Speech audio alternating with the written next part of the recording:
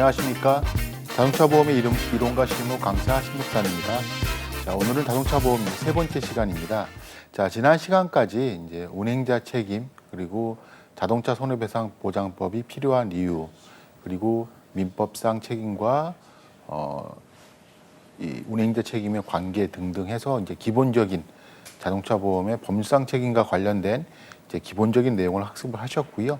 오늘은 지난 시간에 이어서 운행자 책임에 의해 나머지 부분과 구체적으로 운행자 책임이 문제되는 경우에 어떤 경우들이 있고 이 경우 어떻게 해결할 것인가 하는 부분 같이 한번 살펴보도록 하겠습니다. 자, 우리 자동차 손해배상 보장법에는 그래서 운행자와 보유자라는 이제 규정을 가지고 있고요. 지난 시간 말씀드렸다시피 보유자 중에서 보유자는 원칙적으로 운행자 책임이 인정이 되지만 그렇지 않은 경우 세 가지가 있다고 말씀을 드렸고, 그거는 절취운전, 취급업자에게 자동차를 위탁했을 때, 그 다음에 피보험 장처가 양도됐을 때 경우 이외에는 원칙적으로 보유자에게 운행자 책임이 있고, 자, 보유자가 아니지만 운행자 책임을 지는 사람으로서 무단 운전자와 절취 운전자가 있다고 말씀드렸는데요.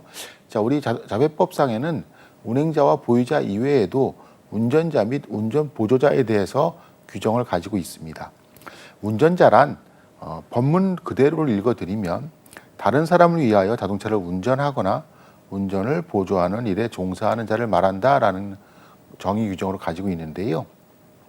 이때 다른 사람이란 운행자를 말하는 것으로서, 즉 이 말을 바꾼다면 운행자를 위해서 자동차를 운전하거나 운전에 보조하는 일에 종사하는 자는 운전자 및 운전 보조자에 해당합니다.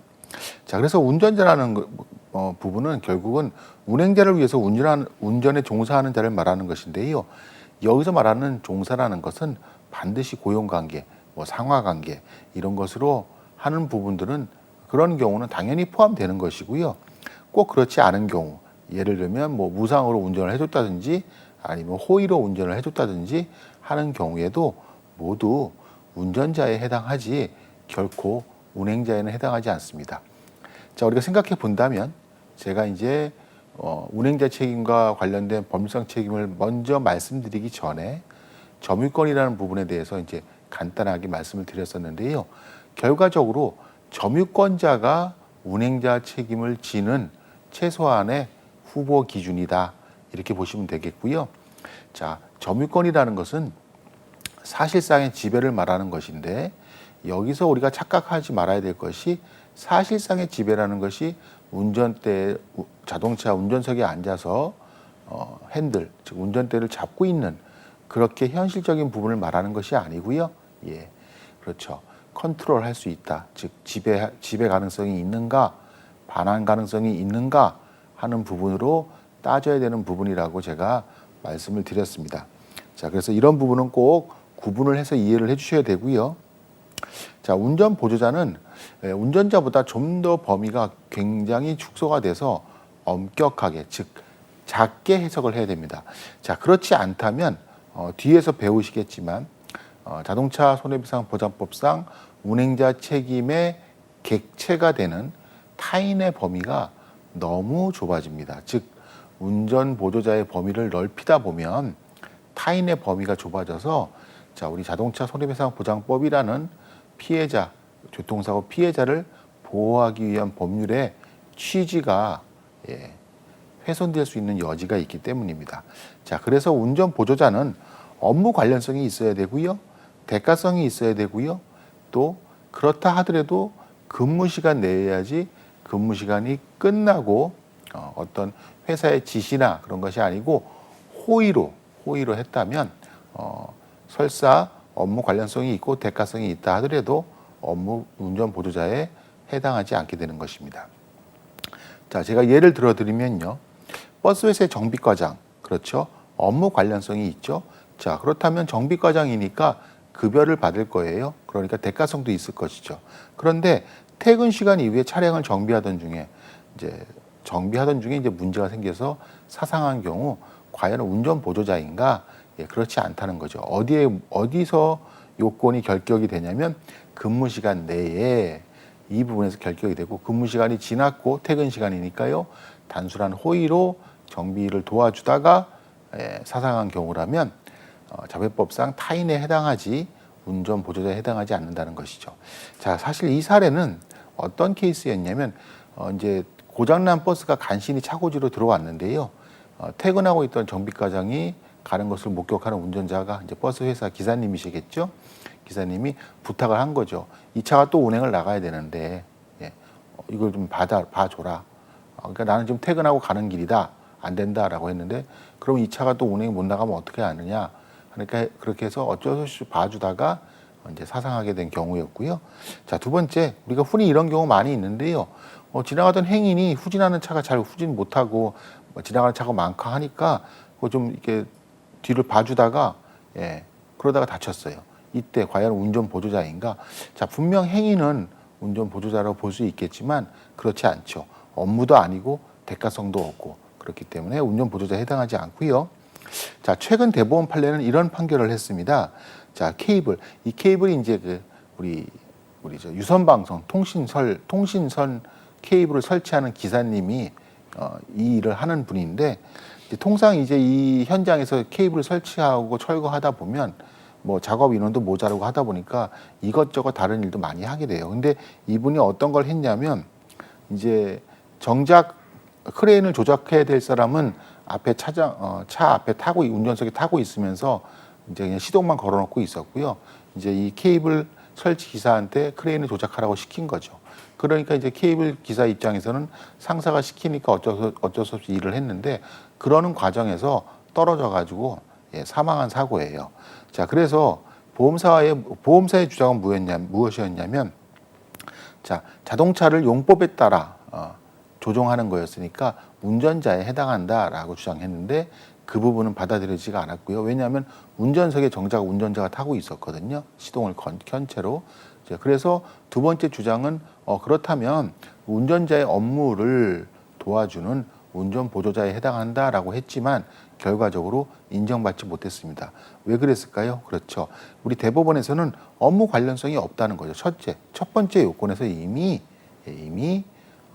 운전 보조자의 요건은 탈락했기 때문에 운전 보조자에 해당하지 않고 자, 그렇다면 운행자도 아니고 운전자도 아니고 운전 보조자도 아니라면 이 케이블 설치 기사님은 어디에 해당하는 것이죠? 네, 뒤에서 배우는 타인에 해당하게 되는 것입니다. 자, 그래서 타인이란 운행자 책임의 객체. 자, 운행자란 운행자 책임의 주체. 그렇죠. 그래서 운행자에게 운행자 책임에 따른 손해배상을 청구할 수 있는 주체이자 운행자 책임의 객체를 말한다라고 되어 있습니다. 자, 그래서 타인의 범위는 민법상 피해자와는 좀 구분이 되어야 됩니다. 자, 민법상 피해자에는 해당하지만, 즉 어떤 불법 행위로 인해서 피해가 생긴 피해자에 해당하지만 자동차 손해배상법상 타인에 해당하지 않는 경우 운행자 책임에 따른 손해배상을 청구할 수 없게 됩니다.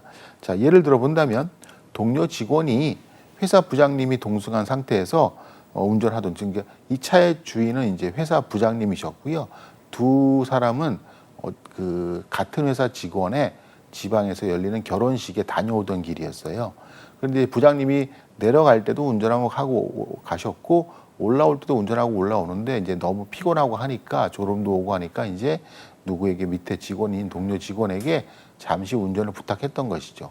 이때 이 운전한 이 직원의 과실로 사고가 생겨서 차주인 부장님이 다쳤다 하더라도 부장님은 어떤 지위에 있죠? 그렇습니다.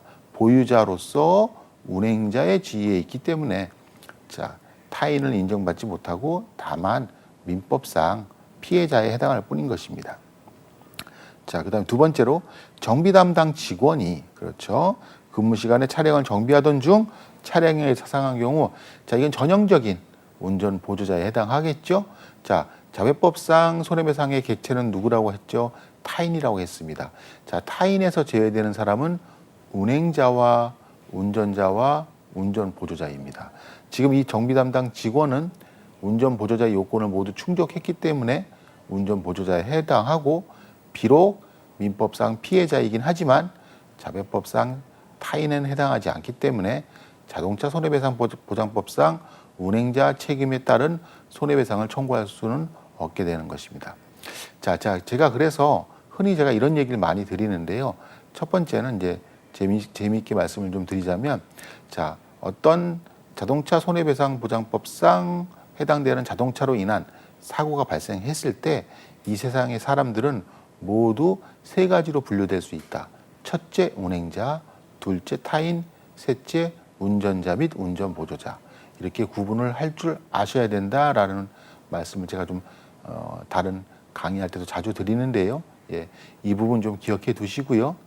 자, 그 다음에 이제 두 번째로 이런 말씀을 좀 드리고 있습니다. 자, 제가 자동차를 구입함으로써 스스로 보유자에 되는 것은, 제가 자동차라는 뭐 일종의 편리한 수단이자 뭐 흔히들 로망, 어떤 남자들의 로망이니 뭐 이런 얘기도 많이 하지 않습니까? 그 부분에 대한 소유자가 됨으로써 보유자의 지위를 취득하는 것은 어쩔 수 없는 부분이죠. 그런데 그렇지 않은 경우 굳이 보유자의 지위를 취득할 필요는 없다는 것이죠.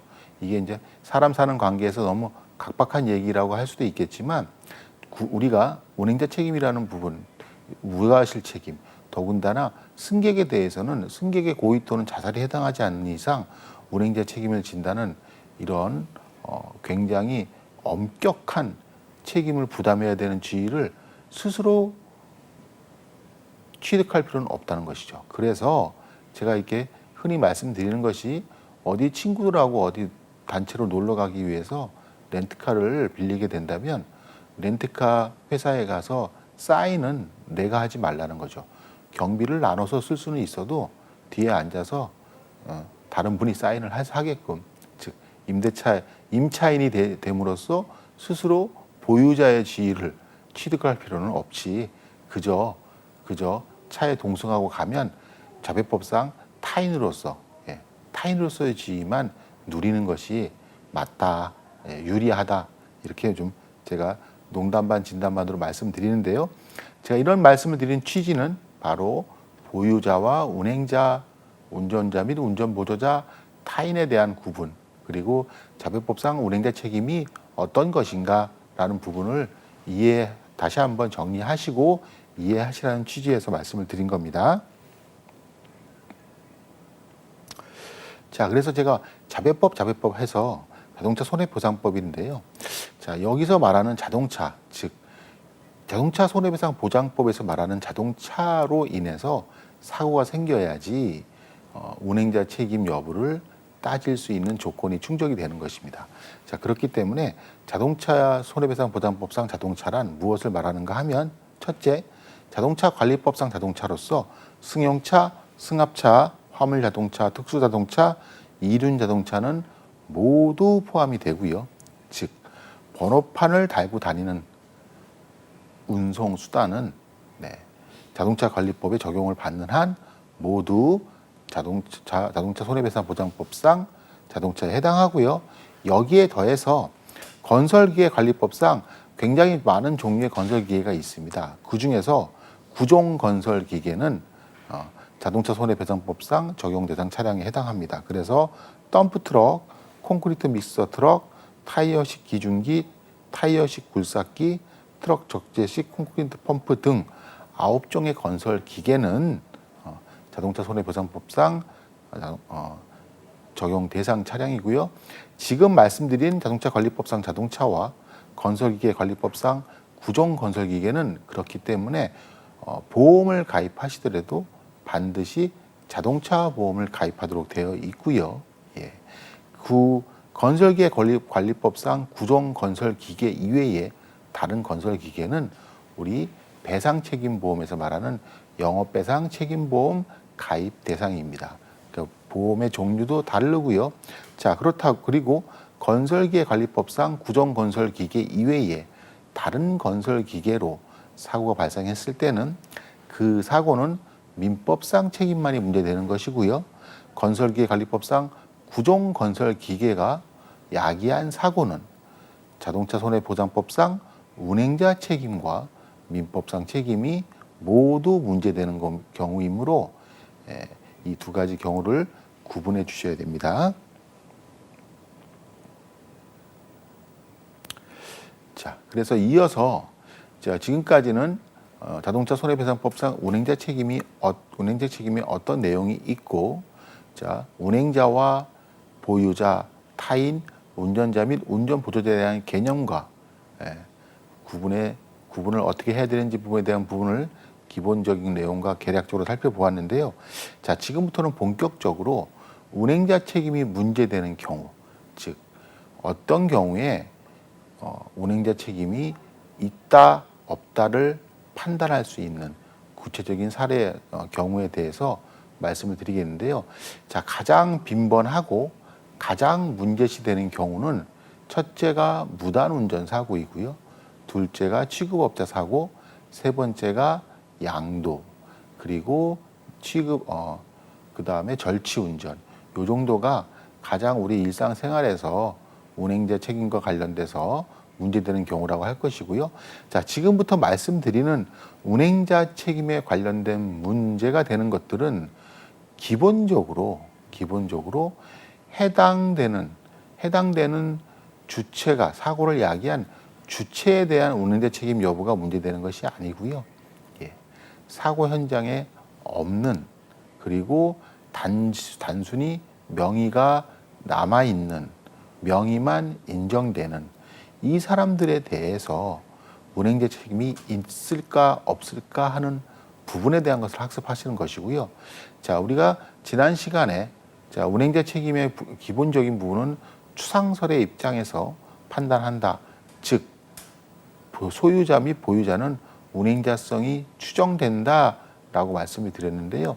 그 운행자성이 추정되는 경우를 깰 수 있는, 즉 운행자가 비록 보유자에는 해당하지만 운행자 책임을 지지 않는 경우를 구체적으로 이제 사안별로 같이 한번 살펴보도록 하겠습니다. 자, 첫 번째는 무단운전 사고입니다.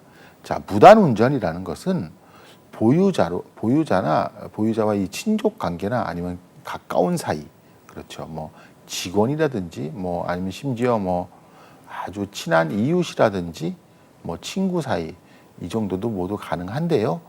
기본적으로 사이가 가까우면 가까울수록 무단운전으로 인정될 확률이 높고요. 사이가 멀어지면 멀어질수록 절취운전이 될 확률이 높습니다. 자, 그래서 무단운전이라는 것은 보유자나 친족관계나 고용관계 등 일정한 인적 신분관계가 있는 자가 보유자의 승낙 없이 자동차를 사적인 용도로 쓰는 것을 무단운전이라고 합니다. 자, 그렇다면 이제 예를 들어 본다면요. 제가 지나가던 중에 자동차가 시동이 걸려 있는 것을 보고 그 차를 무단으로 운전을 했습니다.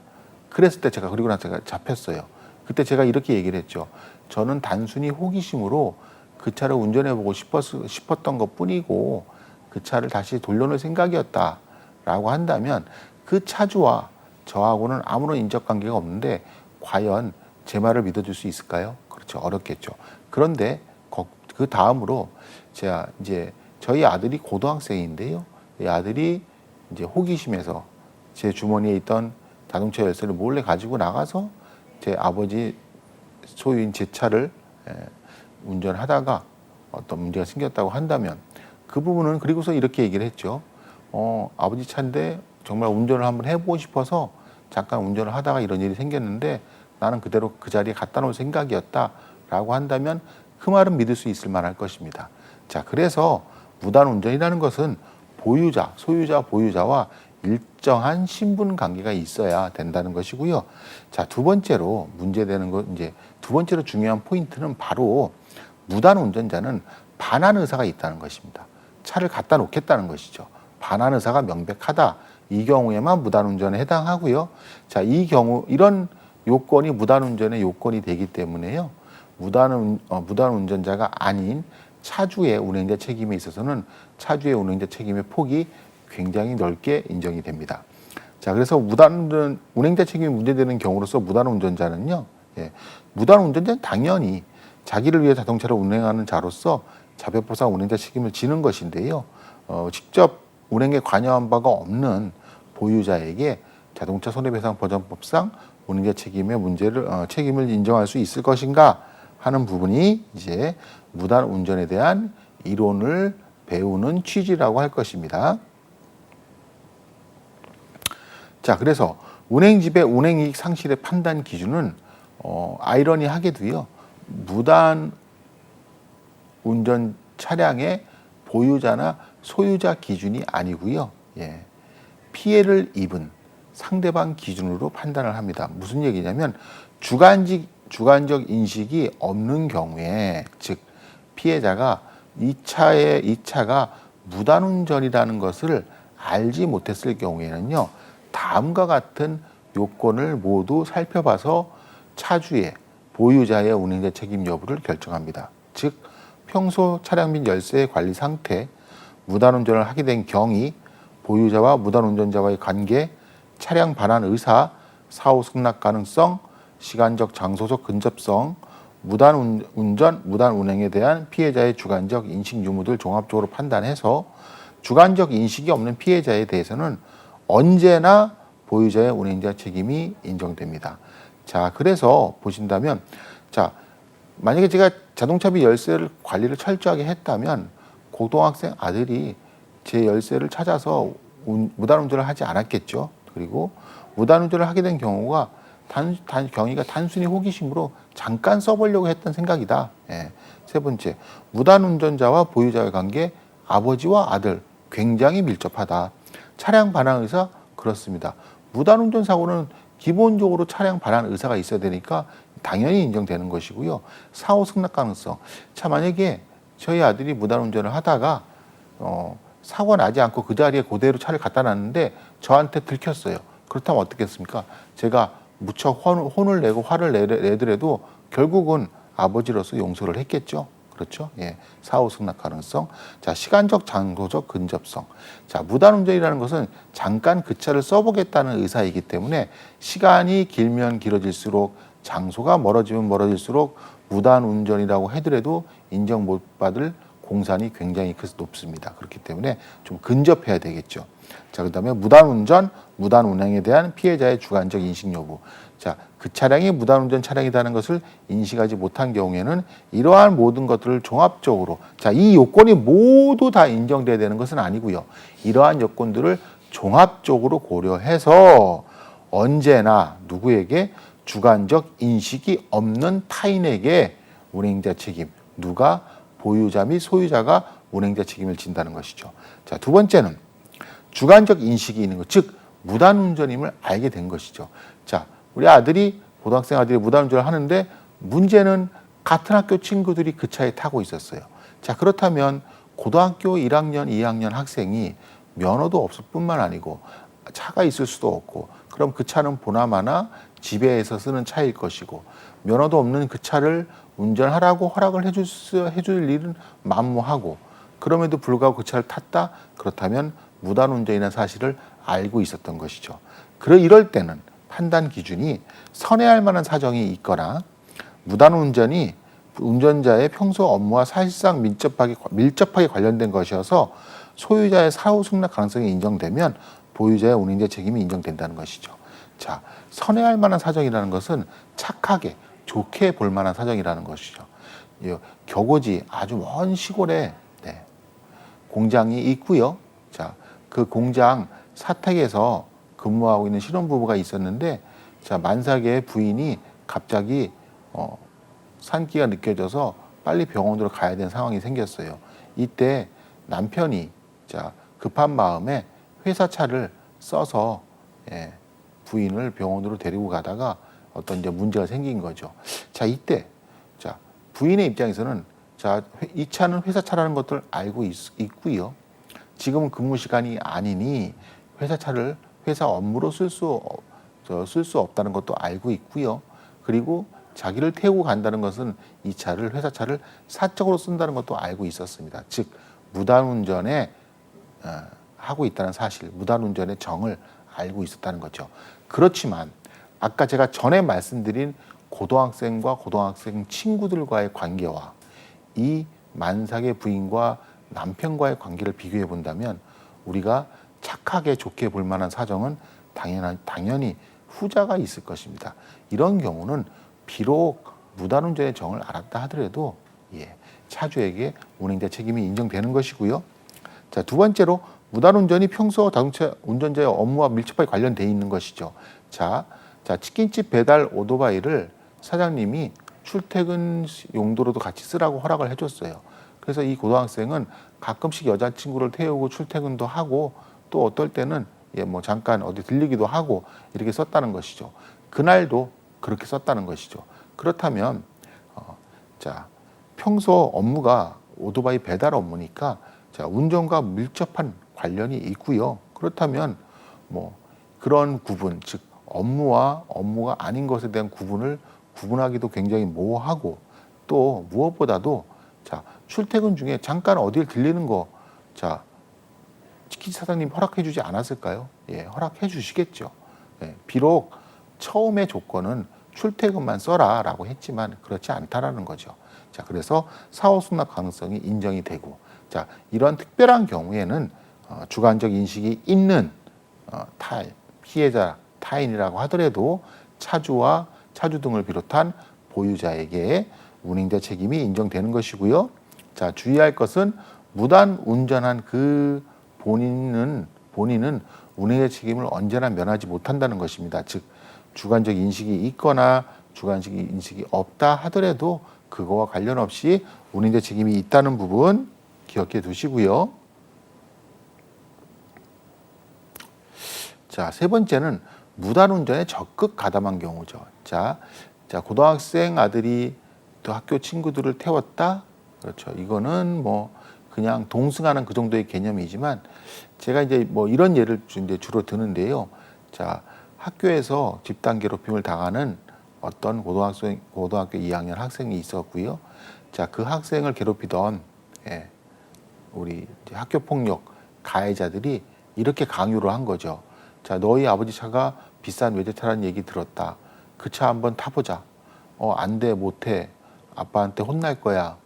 큰일 나. 라고 몇 번이나 거절을 했지만, 이 학교 폭력 가해자들의 그러한 강요 때문에 어쩔 수 없이 집에서 아버지 차를 가지고 나오고 또 그 차의 그 동료 같은 학생들이 차를 가지고 나오게끔 강요한 그 학생들이 동승했을 때 과연 이 학생들을 주관적 인식이 있는 선회할 만한 사정이 없어서 차주인 아버지에게 운행자 책임이 없다라는 선에서 끝내야 될 것인가 하는 부분은 우리가 한번 생각을 해볼 만한 문제라는 것입니다. 그래서 선회할 만한 사정은 당연히 없는 것이고요. 당연히 없는 것이고 그렇기 때문에 차주에게 운행자 책임은 당연히 없는 것입니다. 그런데 이제 여기서 한 발짝 더 나가서 적극성이 인정될 경우에는 오히려 운전을 한 그 아들하고 동등한 위치인 무단 운전자로서 운전의 뭐 공동 불법 행위자, 공동 정범 이 정도로서 평가될 수도 있다는 것이죠. 자, 이 부분은 뭐 이렇게 좀 이제 저희가 이제 즉 자격증 시험을 대비하는 과정이긴 하지만 한 번쯤은 좀 생각을 한번 해봐야 될 문제고요. 자, 그리고 이제 시험을 대비하는 과정에서 좀 말씀을 드린다면, 자, 무단운전 사고에 대해서는 무단운전의 판단 요건 반드시 정리해서 답안지에 쓸 수 있을 정도로 준비를 해주셔야 되고, 자, 어떤 케이스에 무단운전 사고가 생기더라도 출제가 되더라도 반드시 이 판단 요건은 답안에 작성을 해주셔야 됩니다. 자, 그리고 이제 마지막으로 무단운전 사고에 대해서 좀 이런 말씀 드리고 싶은데요. 자, 최근에 대법원 판례는요. 자, 이런 케이스였습니다. 자, 남동생은 서울에 살고 있고요. 남동생이 차주고요. 자, 누나는 강릉에 살고 있는데 아마 누나네 집이 형편이 좀 어려웠던 것 같아요. 그래서 남동생이 자기 차를 그냥 기한 없이 써라 라고 해서 사용을 허락한 것이죠. 자, 그런데 문제는 강릉에 살고 있는 이 누나의 아들, 즉 차주로 기준하면 차주는 외삼촌이 되겠죠.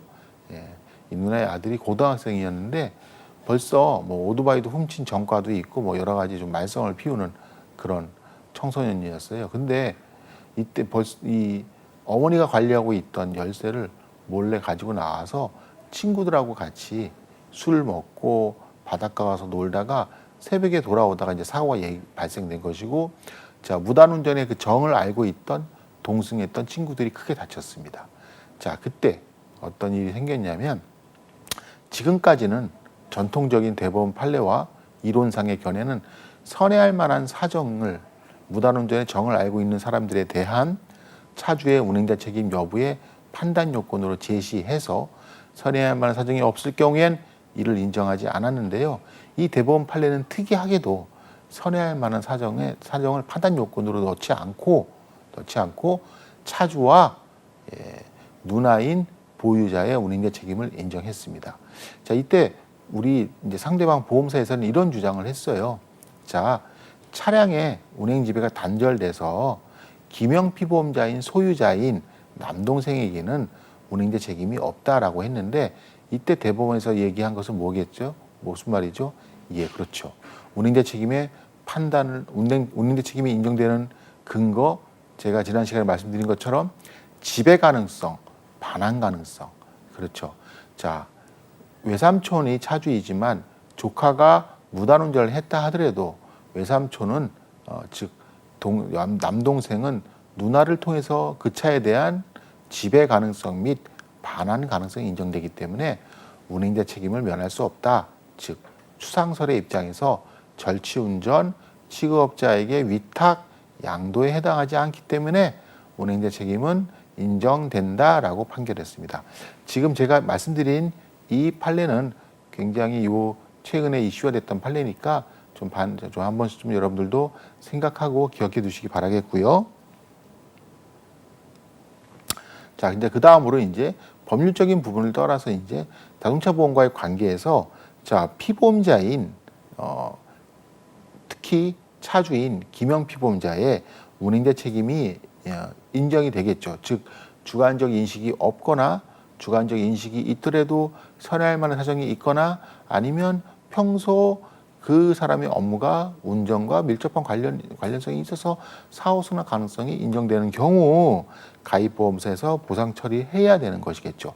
이때는 무단 운전자를 위해서 보상을 해주는 것이 아니고요. 누구를 위해서? 그렇죠.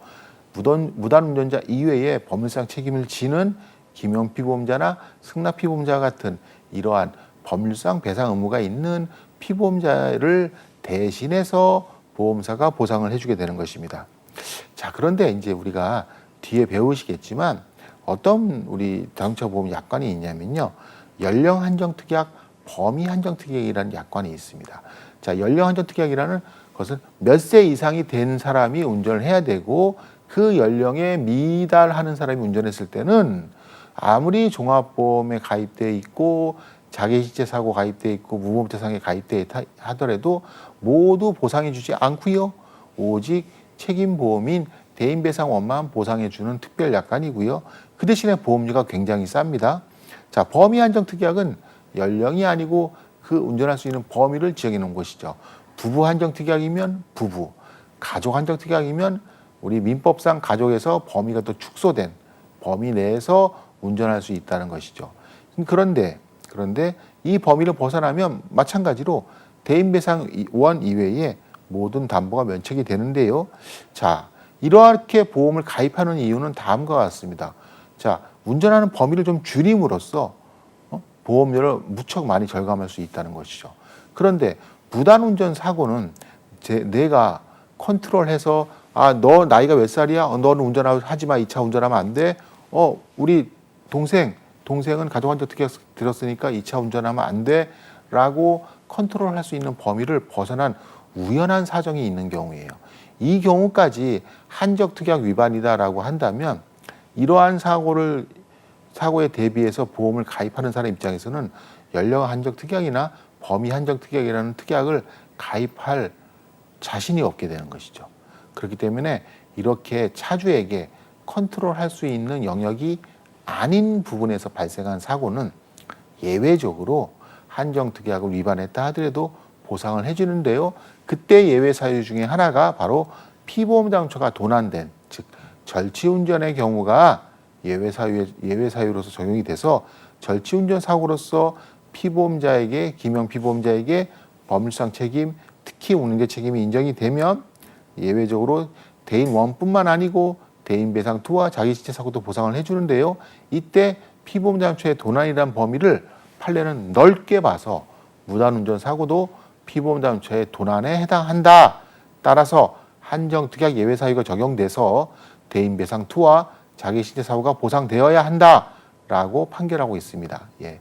자, 보험사 기준에서는 그러려고 이 약관을 만든 것은 아니에요. 아닌데, 자, 이 약관을 만들면서 몇 가지 좀 중요한 포인트, 즉 무단운전 사고가 도난이라는 부분은 미처 고려 대상에 넣지 못했던 것이죠. 그렇지 않았다면 분명 약관에 해당되는 부분을 명확하게 명시를 해놨을 것인데 그렇지 않기 때문에 여러분 약관에 규정하는 법률에 따라서 작성자 불이익 원칙 적용이 되기 때문에 보험사는 이러한 부분까지 보상의 책임을 감수해야 되는 것입니다. 자, 세 번째 대의권 행사입니다. 자, 제가 드린 것처럼 자, 운행자 책임은 원칙적으로 소유자 등과 같은 보유자가 지는 것이고요. 그렇지 않은 사람 중에서는 무단운전자와 절취운전자가 있다고 했는데요. 자, 보험과의 관계에서 본다면 이 보유자들이 자동차 보험에서는 피보험자라고 합니다. 그렇다면 무단운전자와 절취운전자는 피보험자에 해당하지 않을 것이고요. 예. 그 피보험자에 해당하지 않는 사람이 책임이 있기 때문에 보험사는 피보험자의 책임을 위해서 먼저 보상을 해준 이후에 무단운전, 절취운전자에게 대의권 행사를 해서 그 돈을 상당액 아니면 뭐 전부도 가능할 수 있겠고요. 상당액을 받아올 것입니다. 그런데 무단운전자가 피보험자와 생계를 같이 하는 가족. 자, 제가 아까 말씀드린 것처럼 강릉에 사는 누나에게 차를 빌려줬는데 누나의 아들, 누나는 이때 승낙 피보험자가 되고요. 그렇죠. 이 고등학생 아들은 이 어머니와 생계를 같이 하는 가족에 해당하기 때문에 대의권을 행사할 수 없도록 상법과 약관에 규정이 돼 있고요. 예. 그다음에 고의사고에 해당하지 않는 한 이렇게 대의권 행사하지 못하도록 하게 돼 있는데요. 자, 이제 문제가 되는 것은요. 자, 기존에는 이러한 상법 규정이 개정되기 전에는 자, 보험사들이 계속 그 무단운전을 한 그 당사자, 특히 이제 가족들에게 이제 구상 청구 소송을 제기하는 것이죠. 돈을 달라고. 자, 그렇게 됐을 때 이미 상법이 개정되기 전에도 우리 법원에서는 인정을 하지 않았어요. 이유는 무엇이냐면, 자, 보험료를 내는 차주인 아버지 기준에서 보험료를 내서 어떻게 자기 고등학생 아들이 무단운전 사고를 야기했지만 다행히 자기 보험에서 보상이 된다고 해서 보상 처리를 모두 마쳤어요. 근데 그 돈을 아들에게서 받아간다고 한다면 결국은 그 돈은 어디서 나오는 것이냐? 아버지한테서 나온다는 것이죠. 이제 이런 부분을 이제 우리가 이제 소위 법률 이론으로 한 주머니 이론이라고 하는데요. 하나의 주머니에 있는 구슬은 넣었다가 뺄 필요가 없이 애초부터 빼지를 말아라 하는 부분이죠. 즉 보상을 해주고 그 돈을 뺏어가는 것은 결국은 그 돈은 아들한테 받는 것처럼 돼 있지만 실질적으로는 아버지가 내는 것이다라는 부분이시죠. 네. 자, 그래서 이때는 대의권 행사를 하지 못하는 것으로 판례가 쌓여 있었고요. 그 쌓여 있는 판례를 토대로 상법과 자동차보험 약관 그리고 배상책임보험 약관이 개정이 된 것입니다.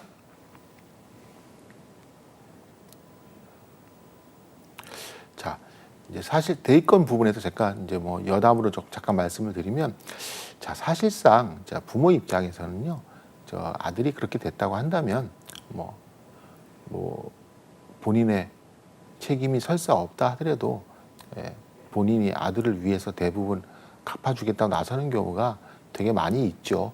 예, 제가 실례로 이제 공익근무를 쓰는 아들이 음주운전을 다른 사람 자동차를 몰래 훔쳐가지고 음주운전을 해다가 큰 사고를 냈는데요. 그때 아버지가 찾아와서 집을 팔아서 이 돈을 마련해 왔으니까 이 돈을 내가 갚겠다라고 찾아오신 적이 있어요. 그러니까 원래 부모의 마음이라는 것은 다 그런 것이겠죠.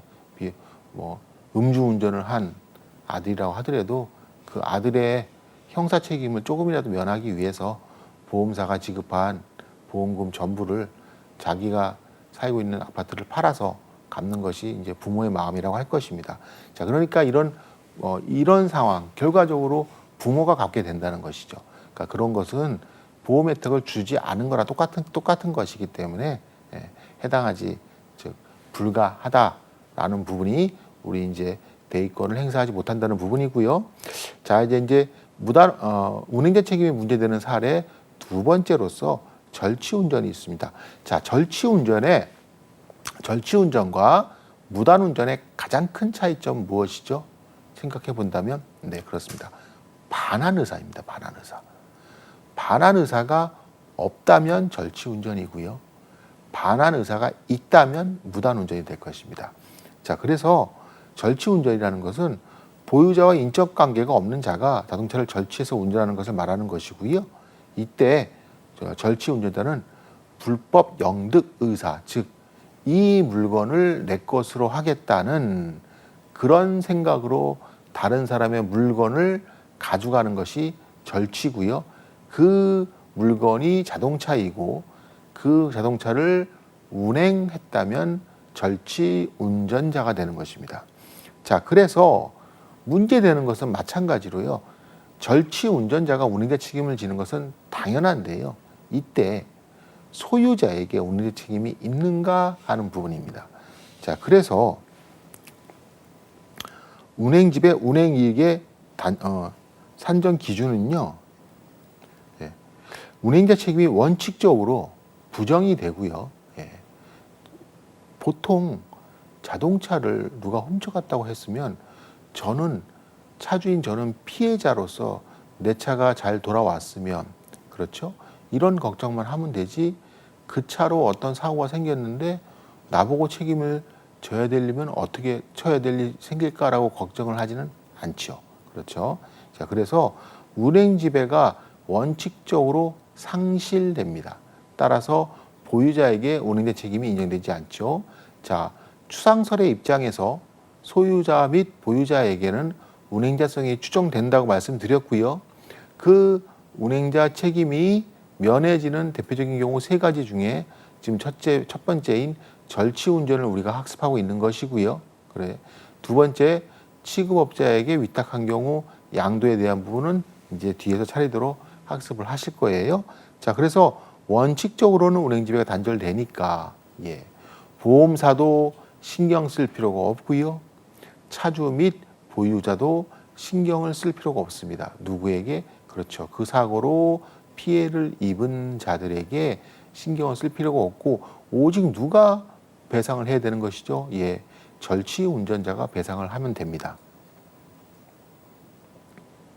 네, 그래서 절취 운전에 대해서는 보유자에게 원칙적으로 운행 책임이 없지만 자, 이제 예를 들어서 자동차의 열쇠를 꼽아 놓은 상태라든지 아니면 문을 잠그지 않았다든지 아니면 뭐 시동을 잠깐 걸어놓은 채로 잠깐 편의점에 갔다 온 사이에 아니면 뭐 예비 키를 선바이저 밑에 놔뒀는데 그거를 누가 찾아서 내 차로 훔쳐갔다든지 뭐 이런 여러 가지들 즉 자동차와 열쇠를 관리하는 데 있어서 차주에게 어떤 귀책 사유인 과실이 인정되는 상황이 발생하면 이때는 차주 등의 보유자에게 운행지배가 단절되는 것이 아니고요. 운행자 책임이 인정됩니다. 자, 이때 운행자 책임이 인정되는 근거가 과연 무엇인가라는 부분에 대해서 이제 학설이 나뉘는데요. 첫째, 객관적 용인설입니다. 자, 객관적 용인이라는 것은 뭐냐면요. 허락했다는 뜻입니다. 자, 그래서 객관적으로 허락이라는 것은 주관적인 것이죠. 내가 너에게 차를 빌려줄게 사용해라고 하는 주관적인 부분인데, 즉 자동차의 열쇠를 꼽아놨다든지 문을 잠그지 않았다든지 시동을 걸어놨다든지 하는 등의 행위가 그러한 객관적인 행위가 이미 그 차에 대해서 차주인 저는 이 세상 모든 사람들에게 내 차를 써도 됩니다 라고 허락한 거나 마찬가지라는 것이죠. 그래서 결과적으로 차를 다른 사람에게 빌려준 거나 비슷한 상황이 생겼으니까 차주에게 운행자 책임이 인정되는 것이다 라고 보는 견해가 객관적 용인설입니다. 자, 두 번째로 관리 책임설이라는 것은 책임설은 위험한 물건인 자동차를 관리 억제하는 것이 바로 운행 지배다. 그런데 이러한 관리 억제를 게을리해서 과실이 있다고 한다면 그때는 즉 관리상의 책임, 관리상의 과실 자체를 운행자 책임의 요소로 보아야 한다라는 것으로 보는 견해가 관리 책임설입니다. 자, 그래서 우리 대법원은 객관적 용인설의 입장에 있는데요. 자, 제가 한번 판례 내용 같이 한번 읽어드리면요.